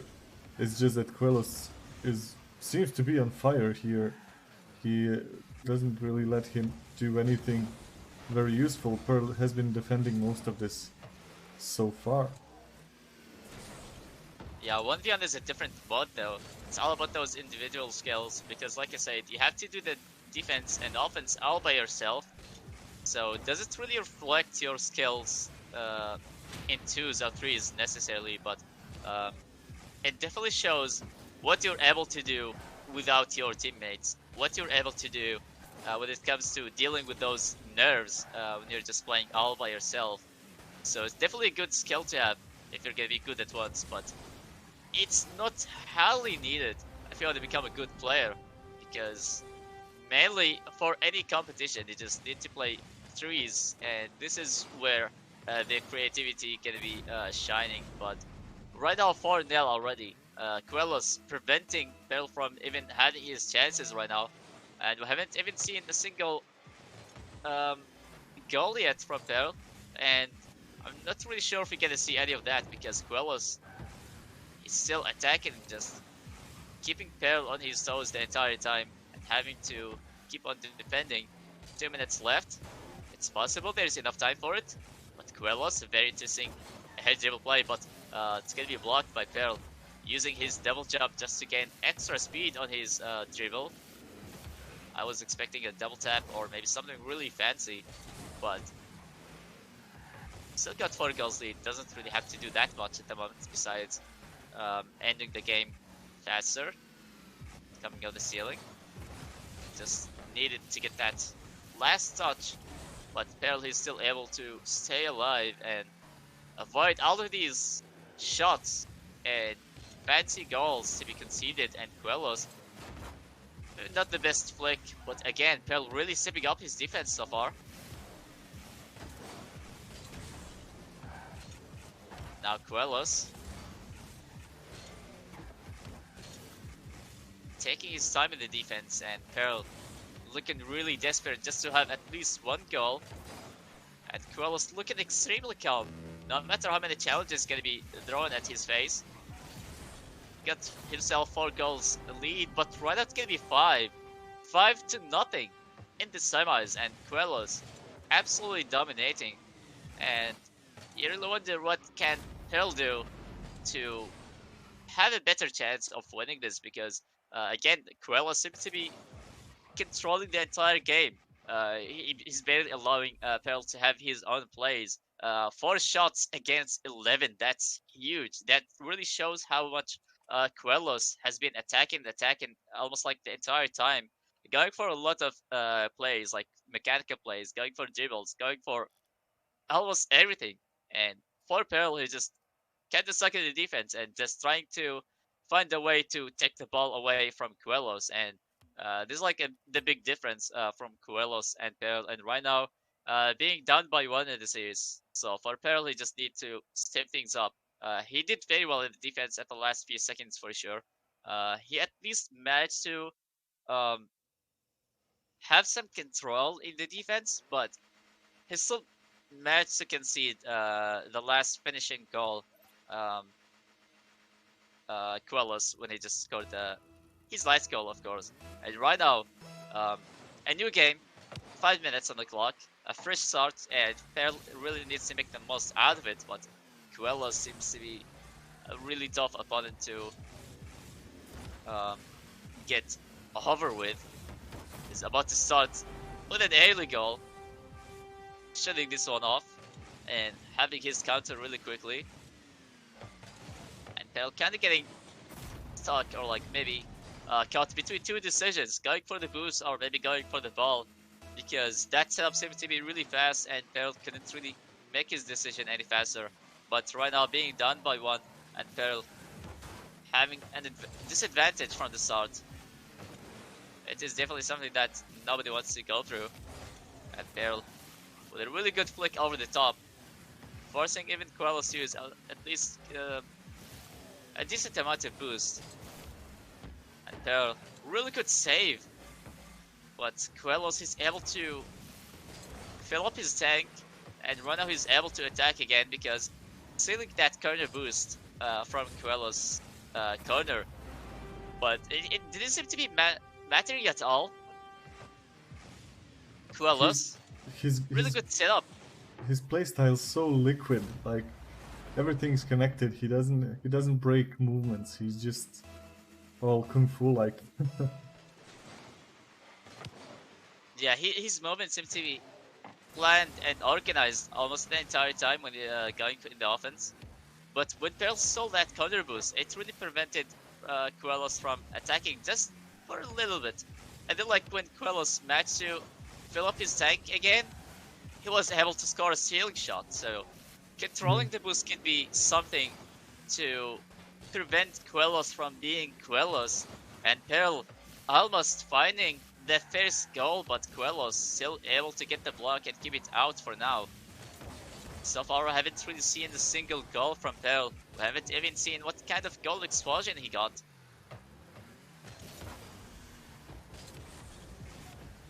3 minutes and a half left, but Quellos is definitely going to be finding more ways to score in that time. That block really forced a lot of panic from Peril as he just landed maybe slightly ahead and maybe just slightly away from the ball, and maybe a little bit of pre-flips as well. And right now being down by 3 in the second game, where we haven't even scored a single goal yet. This is where the pressure can be building up against Peril. Even though he had his chances, had a couple of attacks every now and then, but Quellos is just too fast when it comes to his defensive rotation, not just attacking. And now Peril trying to control to the midfield. And right now I'm getting the information that Azur has beaten Harrigan and oh, what a play from Peril! Nice play maybe from Peril. Maybe not getting the flick, or maybe he got it, but the bump at the end, nice. That was a really smart play. Peril was able to save enough boost at least that helped him to get the bump at the end. At least he got something that is satisfying for sure. Yeah. As I was saying, Azur beat Harrigan with 2 games, so he's in the finals against the winner of this series. That should be interesting to watch. It's gonna be 4-1 right now. Azur winning against Harrigan, that is very, very interesting. I never really know that he was into 1v1 or anything else, but winning against Harrigan, it's definitely an achievement because Harrigan is really good with the mechanics and definitely a skilled player. But Azur make it this far, this is a really good thing. Azur definitely a player to keep an eye on after this game. But right now, are we gonna see another goal from Peril, or just maybe it's gonna be Quellos trying to score another one to finish it off and move to the finals as fast as possible? At this point, it can only mean if it can either mean that Azur has been training really hard, or that something fishy is going on there. But anyway, he's playing against Quellos in the finals, and we'll see what happens there. I mean, he's probably playing against Quellos as things are starting now. Yeah, I mean Quellos, just like I said, oh, really good ceiling pinch. We don't get to see a lot of that actually. Like not even from high-level players, but Quellos is definitely a high-level player, but he's going for a lot of creative plays. He's trying to get clips right now, getting his flip off the ceiling, but the shot getting blocked, and Quellos, his free stunning runner, he's getting clips for his next montage, and 1 minute left, and we still haven't got that finishing goal yet. Maybe it's gonna be a flip reset, but again, it's gonna be blocked from Bell, and having his counter, at least scoring the second goal, Yeah. that could feel a little bit better, knowing that you're getting swept in the semis, but at least having 2 goals, or like maybe even 3, just trying to have something to break the silence with, could mean something, at least for Pearl. So I think it turns out that Azaraza isn't Azur, that it's someone else. So I'm excited to see how that guy plays if he beats Harrigan and Anthony. Exactly Oh, plays so Azaras isn't Azor, and Azor basically got a free shout on stream. this. Yeah. I really wonder if he's watching this, but he's definitely feeling happy how he got a free shout without even possibly playing in this tournament. But Pearl getting his third goal right now, 1 goal difference. So for Quellos, he just needs to be careful not to throw this. Even though he's definitely gonna win this, but he definitely doesn't want to have the game to be tied up. He definitely doesn't want to go through an overtime or just maybe conceding a silly goal. But you know what? I think Quellos is just gonna go for an open net shot, but not even that seems to be possible. But yeah, this follow-up could be it. Maybe he didn't really get his clip, but he just like, alright, well, since I'm like conceding goals, maybe I need to be a little bit more careful. I don't really want to drag this any longer. So here's the finishing goal, and 2-0 on the series, moving to the grand finals against Azaraza, and things are just looking so good for Quellos. Krill is really showing up here and showing everybody how it's done. So I guess we are in the finals now. And it's gonna be an interesting match because this guy, this Azaraza dude, we have no idea who he is. But he Oh, so passed it's not two, just me. So yeah, he passed two really strong players, Harrigan and Anthony. So who knows? Maybe he is really someone who can beat Quellos as well. yeah, it's gonna be very interesting to see because beating Harrigan is like, all right, well, it already made a statement that this player is gonna be really good at ones. But Quellis, just like I was said, he's on fire. He's like able to score like every time he has the ball. He just looks so organized, and every play he makes is just calculated. You know, he just doesn't really let things happen first, and just he goes with it. He just like makes things work all by himself, and just he's able to control it. But right now we're about to see Azaraza in the finals against Quellos. It's time to see how this one gonna fall because Azaraza again, he's possibly a player to keep an eye on because he made it this far and he's able to uh, get past good players like how we said Harrigan and Anthony. So it's time to see what he's really made of and if Coelho's can be win it or it's gonna be a whole different player that nobody even heard of before and try to maybe deliver an upset.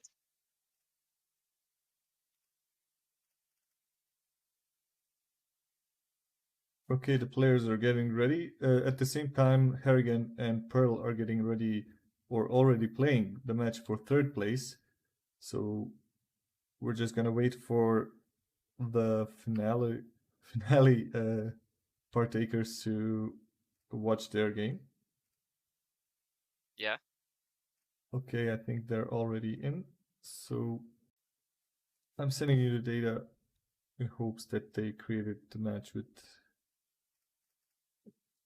Right. Hopefully this one gonna have 5 goals mutator because Yeah.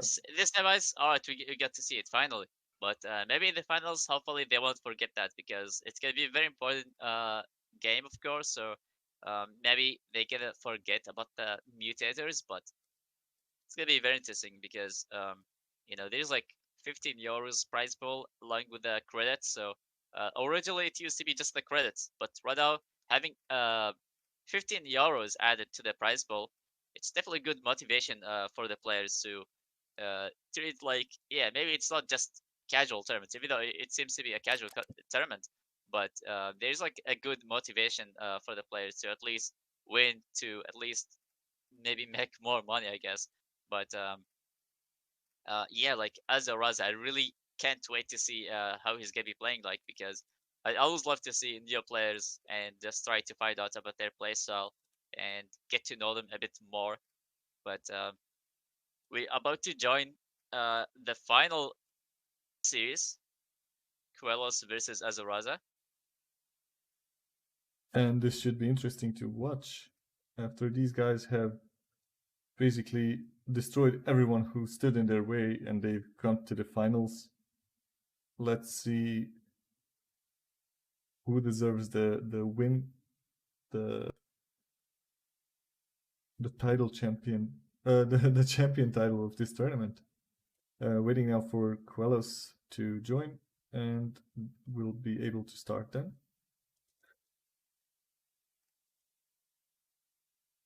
Okay, he's here, so that means we are ready to go, and we can join this match and enjoy this gameplay. Yeah, we're waiting for the players to join in, even though they are already in the lobby, but nobody joined in their side yet. And there's 5 goals meters, so that's pretty good. And yeah, you guys can join. Yes, good luck. I believe they're able to start right now. Azaraza and Quelos should be a very interesting grand finals. I haven't really seen Azaraza playing before, but right now we're about to see that, and we get to see how skilled he really is. And is he gonna be the answer for Quelos? But you can see that Quelos starting really fast and just trying to. Um, he's definitely knowing that his opponent's not gonna be a joke at all. And Azaraza starting this one off this time, it's not gonna be Quelos getting the first goal, knowing that his opponent's gonna be extremely good, trying to have a very aggressive start instead of just going for those flashy plays. But the moment Azaraza gets his counterplay, he's able to get one on the board from the start.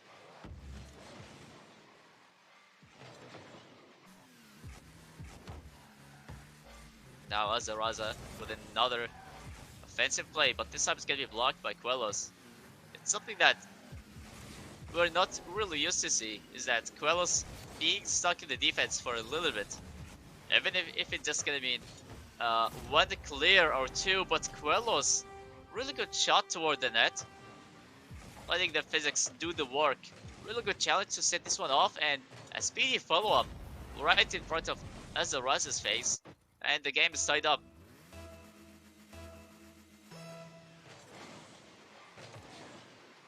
Azaraza, really good kickoff. That's gonna help him to have an early offensive play. Flick right over the top, but it's gonna be blocked by Quelos. And Azaraza stealing the counter boost as well, trying to boost out of Quelos, but he's able to get a decent amount of boost to get another goal. And 2-1 on the board. And Quelos, his counter plays are definitely good. Even though he might be spending a little bit more time in the defense compared to the previous games, but when he breaks through, he's also able to get something done. And the kickoffs, like from both of the players, are just really good. But I really wonder if we can see a kickoff goal, because we're not seeing any neutral kickoff. It's just one player winning it. But so far, that win at the kickoff doesn't really seem to be enough to result in a kickoff goal. And a lot of aggression coming from Aza, but you love it. Yeah, it's a lot of aggression coming from both sides, honestly. Whenever the ball's like gonna stay in any other side, there is like always a player pushing and just pushing non-stop. And right now, Quelos kind of trying to force Azaraza to be more defensive. Getting that one goal lead right now could mean something, and just doesn't really have to do that much right now. Maybe just keep up with the pressure, and Azaraza realizing that that decision wasn't really wise, and Quelos couldn't really punish him in time. And Azaraza, really good shot on net, but still, Quellos is able to get the block. But Azaraza is still applying the pressure. But he fails to steal the counter boost, even though Quellos really needed it, but couldn't really have enough time to grab it. But right now, he's completely charged up and ready to play more on the defense. Azaraza just giving the ball out of reach from his opponent. A very interesting 50, you get to see it upfield. Quellos not really going for the shot, barely any boost remaining. This is kind of a warning for Quellos.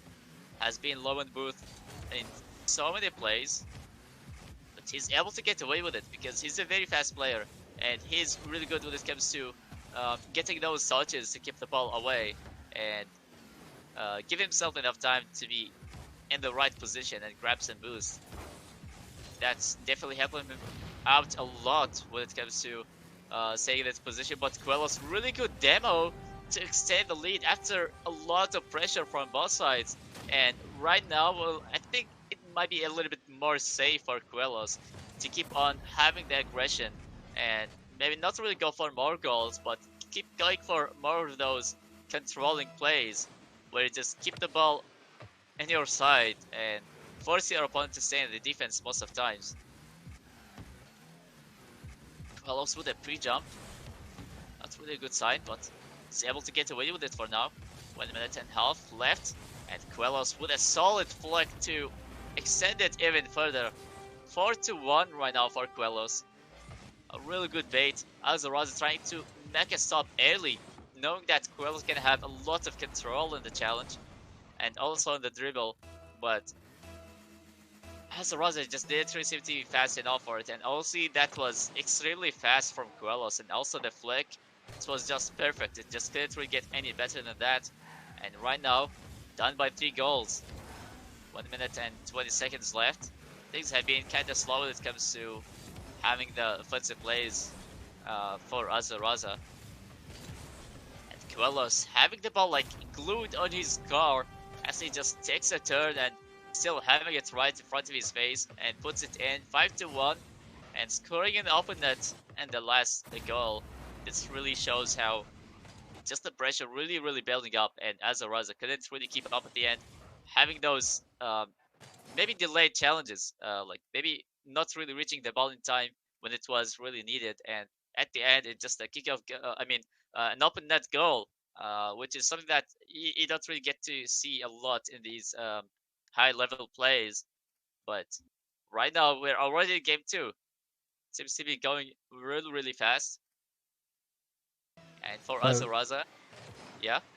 I wanted to say, Quellos really, as expected, playing out of his skin. Like, it's really, it's always exciting to watch someone of this high level of gameplay basically show their skills like this. He's basically showing off all the time, showing some skill moves and style points. Really, kudos to him. But Azaraza here coming back. 2 kickoff goals in a row. And it can't get more 1v1 like that. You know, you're definitely right. Quellos is definitely putting a really good show. He's showing what he's really made of. He's being really fast and consistent. And Azaraza, he's also the same. He's having really good aggression. But when it comes to finding the net, there seems to be some kind of problem for Azaraza, but not in this play, as Azaraza he goes on the lead. A bit of a rush in the challenge. He was expecting Azaraza maybe to go for a flick or something, but Aza, he just stayed right there, forcing his opponent to make the play, and he just stayed in the position, looking extremely calm and collected, and he just let the physics do the work as he gets to win 58. So far, we have seen a lot of goals being conceded from those 50s and kickoffs. And 3-1, 4 goals already in 30 seconds. This is the perfect example of how 1v1 is like. You get to see a lot of goals from both sides, a lot of 50s that could be resulting in a goal, and kickoff goals as well. It's really out of control. Oh, Azure, 4-1 in 30 seconds only. Can you get the finishing goal that quickly though?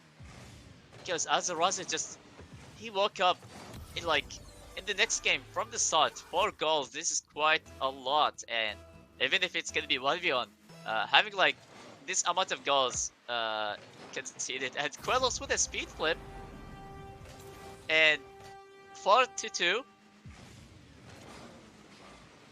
Seems like more of Azuraza messing up on his kickoff, but Quellos definitely take those. It doesn't really matter how average or boring a goal might be.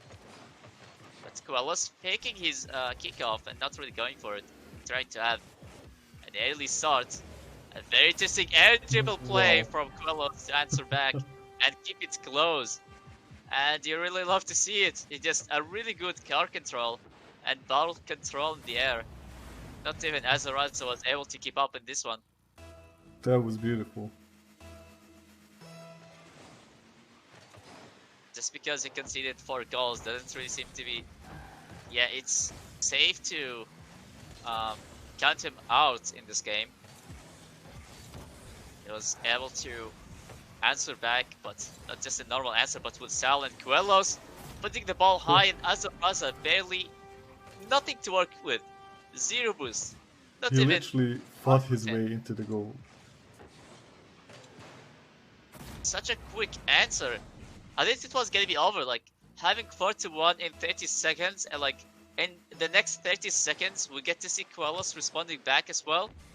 It's getting so intense at the moment. And it's 1 minute in.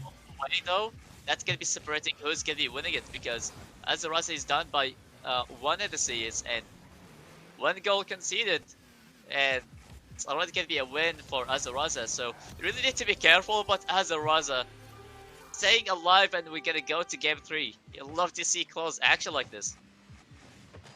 Well, as being too cheeky, I think, and just letting Azuraza do too much here.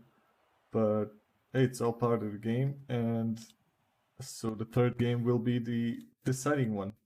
What do you think? Will Quellos go on to win it, or is Azaraza gonna turn this around and get the point? Well, it's a very interesting question, because both players seem to be having the momentum, and I think Quellos had more nerves, like knowing that the game is tied up 4-4, knowing that maybe if one mistake it's gonna be taken to game 3 or something like that, and Azuraza, he really had that motivation because he really needed to find a way to stay alive, knowing that he was getting early goals from the start, and he just needed to finish it off. So he had better motivation for sure, but right now it's gonna be extremely difficult to tell who is gonna be winning it, because it's first to 5. It barely leaves any time to calm down and control your nerves, but right now it's gonna be Quellos starting this one off. A lot of space was given to, and having a really good control, and flicks it nearly top corner, out of reach for Azuraza. But you know, it's never over, but definitely not the same start as we have seen in the previous game, where it was like 4 goals conceded in 30 seconds only, but really good save from Quellos with that pre-flip, just keep it away as well. And Azuraza trying to be aggressive, sealing the boost, but Quellos doesn't really seem to need that much. But Azuraza, really good block, but Quellos is still able to get in the way. Quellos with a sail pass, and with a follow-up, it's gonna be blocked. Quellos just needed to be a bit more careful. He almost had it in the previous game, but just those nerves, or maybe the second thoughts he had in the defense. And he's really trying his best right now to stay on the momentum. And you know, 1v1 can be nerve-wracking, and having first to 5, it really adds a lot of pressure on the players, and it limits on how much they could push in the offense, and worry about like getting punished for it really early, and after that there's like almost nothing to do about it. But so far the players seem to be handling it very well, and Azuraza finding unique ways to break the defense. without having to push that much upfield. He lets the wave dash do the work and gets the speedy follow-up, and it was even close to Quellos, but he didn't even expect such a speedy shot on net, and the game is tied up. Nice move by Azaraza. I just wanted to share a fun fact. The only tournament I ever won was, I think, a 1v1 tournament where there was a goal limit of 5. And I guess that pressure was good for me, because usually I'm really bad at them. Yeah, well, if you're like also a player like me, um, able to lose 5 or 6 goals lead so quickly, um, having first to 5 could help you out a lot, because if you get 5 goals, there is no way for you to throw it away. You know, you already won the game, but right now, Azaraza having 2 goals lead after that second goal, he gets another one right after kickoff, and there is barely um, anything else to be done. You know, having close games, getting to concede 2 so quickly, but a really tight save from Quellos to show that he's still in this game. But yeah, conceding 2 goals so quickly, definitely not a nice sign, but Quellos, he's able to get a goal from the midfield. A lot of fast challenges going on, and a lot of aggression, but it just ends up being on Quellos' favor. And right now, 1 goal difference. Things could really set this things off for Quellos to shake those goals away. But a really good bump from Azaraza to give himself enough space, and the shot barely on target and barely any boost for Quellos, but he's able to get the clear for now. But Azaraza doesn't seem to be having enough from those offensive plays. But this one Close one. didn't really need to be blocked, as it just bounced off the corner. And Quellos is still able to defend. Still down by 1 though. Maybe getting pinned in the defense, and Azaraza is able to get the ball across, but couldn't really put the ball in. It's still bouncing all the way out. So many shots like that, and none of these shots went in. And Quellos is able to score the moment he breaks through. This really sums up 1v1. You just push and push, nothing goes in, and the moment your opponent clears the ball away, something like this happened. This is like extremely frustrating for the players to go through. Even though the game is tied up, but it really shows how the ball just really hated you. Like, it just didn't really want to go in. And when your opponent just tries to control it, it just goes in from the first shot they take. And Quellos, he built a wall in front of his goal, so Azaraza had like 5 shots and couldn't score. And then Quellos comes on and just scores after a long hit, long shot. That's so 1v1. Yeah, we still need to be careful, but really good block though. I mean, even if those bounces didn't really seem to be in Azaraza's favor, but Quellos, he's really nice good dribble in the defense, and a really good play to go on the lead. Quellos waking up here. So hot. Yeah, that was way too speedy. Like, even though the bounces seem to be maybe unlucky for Azaraza, but Quellos was still able to get decent blocks and really good saves where they seem to be really tight. And right now, just 1 goal for Quellos to be winning this and get the first place, and he gets it. Really good angle, and he's able to bounce back. Quellos, he's never done. No matter how many obstacles he's gonna go through, he's always gonna find his ways.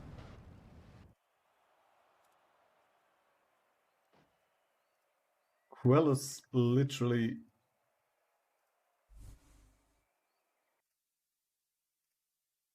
played through all of his opponents and yeah, ended up winning the tournament. I think he'll be really happy about it. I think Quellos is never happy about placing the second in any 1v1 tournament. That's what I noticed about him. But GG's and well played. Like, even though I've never really seen Azaraza playing before, but he played insanely well. He was able to keep Quellos like on his toes the entire time. He's like forcing him to stay in the defense, forcing him to go for a save after save, and really good plays. It just sent him to game 3, and had like in game 2, had like 4 goals in 30 seconds only. it really showed how Azaraza could have like stole the whole momentum and possibly reverse sweep Quellos. And I was honestly I was like expecting that because Azaraza played insanely good, but um, like staying in the defense for so long, it really shows how the other side is just insanely good when it comes to keeping up with the pressure and also really good rotation and boost management to keep up with it because you don't really have a teammate in the back. So it was like all done by one player going for the shots over and over again and controlling the ball. But Quellos, he was still able to find ways to make his counter plays work. And that's what really helped him to win in game three. We have seen those counter plays. Whenever he breaks through, he's able to bang the ball really hard and also on target. Uh, Again, like I don't think there is like more needed to say, but GG's and well played. Very very close series between Quellos and Azaraza. Yeah, congratulations to Quellos. He really did deserve this, and Azaraza deserved it as well. But Quellos did the best thing he could in the end, and he just won this match. I think more with his like mental games and really good defense in some occasions. So yeah, it was really nice to watch them Yeah, play and you this. really need to give a shout to the post as well because it really helped Quellos Yeah. not to concede goals. Like those bounces, like it was basically like 2v1, but you know, that maybe invisible player didn't really have any role in the offense, but Quillisi still did very well in the defense, like getting those awkward saves. He was, I was like, yeah, that's gonna be it. But I find Quillisi's like able to get a save and just stay alive, and that was incredible. I was like just watching, and I was like still getting nervous, like who's gonna win because it was like very very close and a lot of good pressure going on from both sides. But congrats to Quellos for winning this 1v1 tournament and also for Azaraza, well, still, I mean, he made it to the second place, and he really showed what he's really made of. Like maybe next time for sure, but he's definitely skilled and possibly a rival for Quellos to keep an eye on in the next 1v1 tournament. Yeah, it was he's a surprisingly good player. We really didn't know anything about him so far, and I'm really glad that we got to meet him now. And under these Yeah, circumstances, because Quellos, I think Quellos didn't expect him either, and then he got a really good opponent um, in the end. So yeah, like I said, nice to watch. Really exciting match.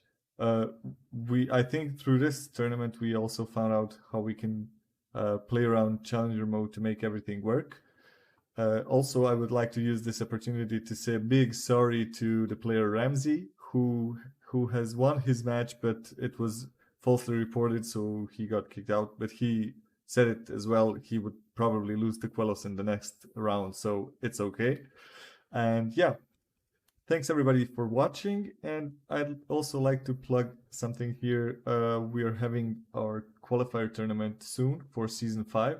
And the 8 best teams are going on to play the Southeast Europe Rocket League Championship, where they can win great prizes. The prize pool is €300, and maybe if we manage something, it can even get better. So I'm excited to watch you guys fight it out and see who's gonna be uh, the best 8 teams in the region. For everybody else, there'll be the second division, as Rydro said at the beginning of this stream, and that second division is called Torpedo League, and I think many players will like that because they'll have the chance to play against really good players who aren't GCs or pros yet. Also, thank you, Rydro, for doing this. Thank you for the casting. You're awesome. oh, Yeah, thank you that's for all also I had to joining say. me.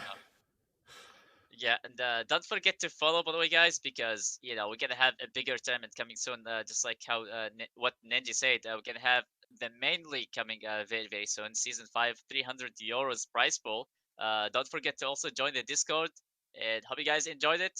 Hope you guys have a good day, and we'll see you guys next time. See ya. See you around, guys. Bye.